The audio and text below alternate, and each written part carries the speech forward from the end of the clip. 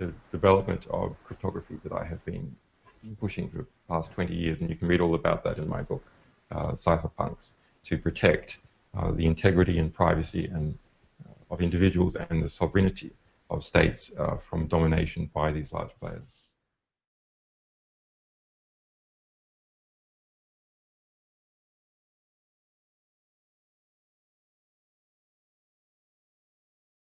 The exchange of digital information has become an integral part of our society. Already tens of millions of emails are sent each day. The internet has provided the infrastructure for the digital marketplace, and e-commerce is thriving.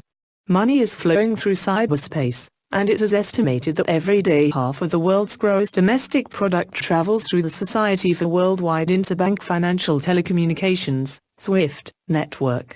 Democracies that referenda will begin to have online voting, and governments will increasingly use the internet to help administer their countries, offering facilities such as online tax returns. Without a doubt, the information age is underway, and we live in a wired world. Critically, the success of the information age depends on the ability to protect the information as it flows around the world, and this relies on the power of cryptography. Encryption can be seen as providing the locks and keys of the information age. For 2,000 years encryption has been important only to government and the military, but today it also has a role to play in facilitating business, and tomorrow ordinary people will rely on cryptography in order to protect their privacy.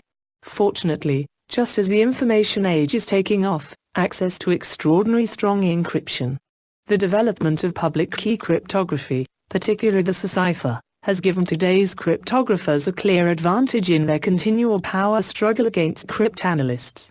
If the value of n is large enough, then finding P and Q takes even an unreasonable amount of time, and so encryption is therefore effectively unbreakable.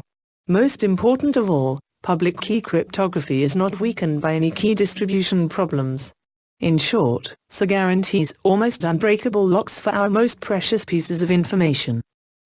However, as with every technology, there is a dark side to encryption. As well as protecting the communications of law-abiding citizens, encryption also protects the communication of criminals and terrorists. Currently, police forces use wiretapping as a way of gathering evidence to counter organized crime and terrorism, but this would be ineffective if criminals used unbreakable ciphers.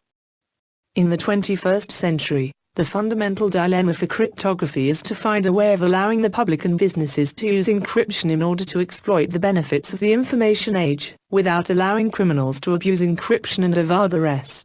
There is currently an active and vigorous debate about the best way forward, and much of the discussion has been inspired by the story of Phil Zimmermann, an American cryptographer whose attempts to encourage the widespread use of strong encryption have frightened America's security experts, threatened the billion-dollar National Security Agency and made him the subject of a major inquiry and grand jury investigation.